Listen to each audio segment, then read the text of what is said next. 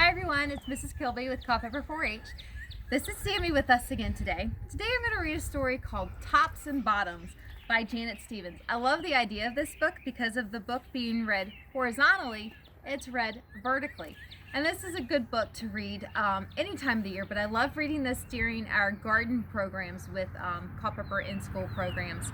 And it talks about gardening being above the ground, so the tops, and then below the ground, the bottom. So let's get started. This is Tops and Bottoms by Janet Stevens. And on the inside of the book, it gives us illustrations of lettuces, carrots, beets, radishes, corn. Once upon a time, there lived a very lazy bear who had lots of money and lots of land. His father had been a hard worker and a smart business bear, and he had given all of his wealth to his son. But all Bear wanted to do was sleep.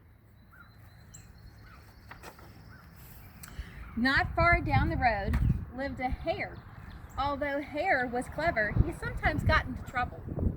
He had once owned land too, but now he had nothing. He had lost a risky bet with a tortoise and had sold all of his land to Bear to pay off his debt. Hare and his family were in very bad shape. The children were so hungry, Father Hare. We must think of something, Mrs. Hare cried one day. So Hare and Mrs. Hare put their heads together and cooked up a plan. The next day, Hare hopped down the road to Bear's house. Bear, of course, was asleep. Hello, Bear. Wake up. It's your neighbor, Hare, and I have an idea. Bear opened one eye and grunted. Can we be business partners, Hare said. All we need is this field right here in front of your house. I'll do the hard work of planting and harvesting, and you can split the profits right down the middle. Yes, sir. Bear, we're in this together. I'll work and you sleep. Huh? Said Bear. So what will it be, Bear? Asked Hare. The top half or the bottom half? It's up to you. Tops or bottoms? Let's see, Bear said with a yawn. I'll take the top half. Hare, right, tops. Hare smiled. It's a done deal, Bear. So Bear went back to sleep, and Hare and his family went to work. Hare planted, Mrs. Hare watered, and everyone weeded. Bear slept as the crops grew. When it was time for the harvest, Hare called out, Wake up, Bear! You get the tops, I get the bottoms. Hare and his family dug up the carrots, the radishes, and the beets.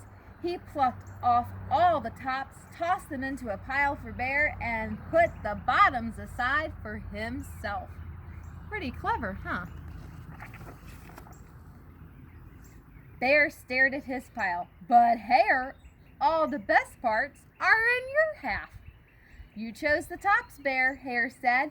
Now, Hare, you've tricked me. You plant this field again, and this season, I want the bottoms.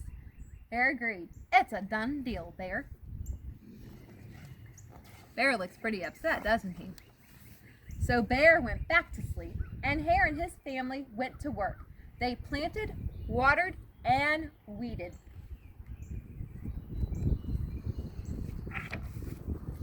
Bear slept as the crops grew. When it was time for the harvest, Hare called out, Wake up, Bear! You get the bottoms, and I get the tops. Hare and his family gathered up the lettuce, the broccoli, and the celery. Hare pulled off the bottoms for Bear and put the tops in his own pile. You think Bear's going to be upset again? Bear looked at his pile and scowled. Hare, you cheated me again. But Bear, Hare said, you wanted the bottoms this time.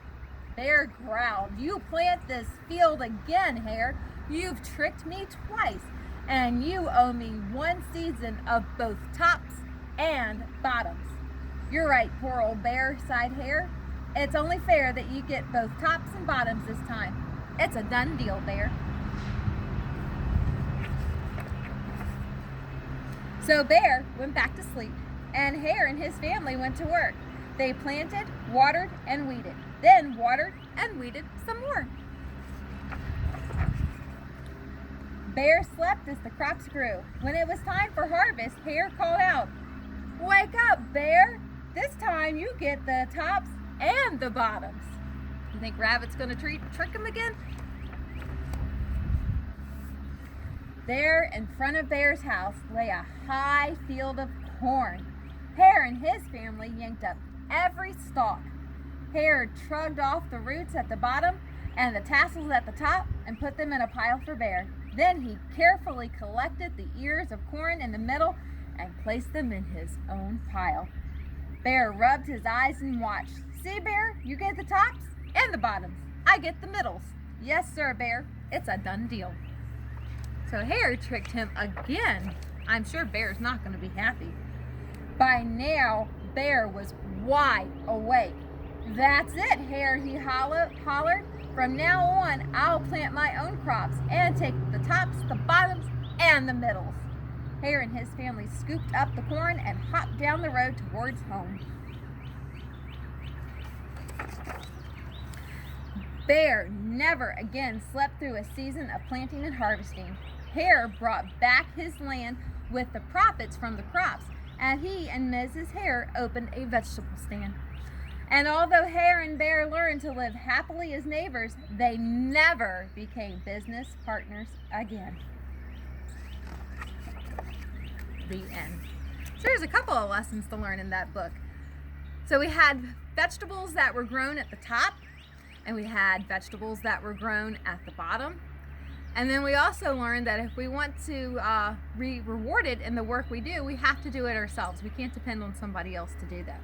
I hope you enjoyed this really cute book, and I'll be seeing you again shortly. Bye.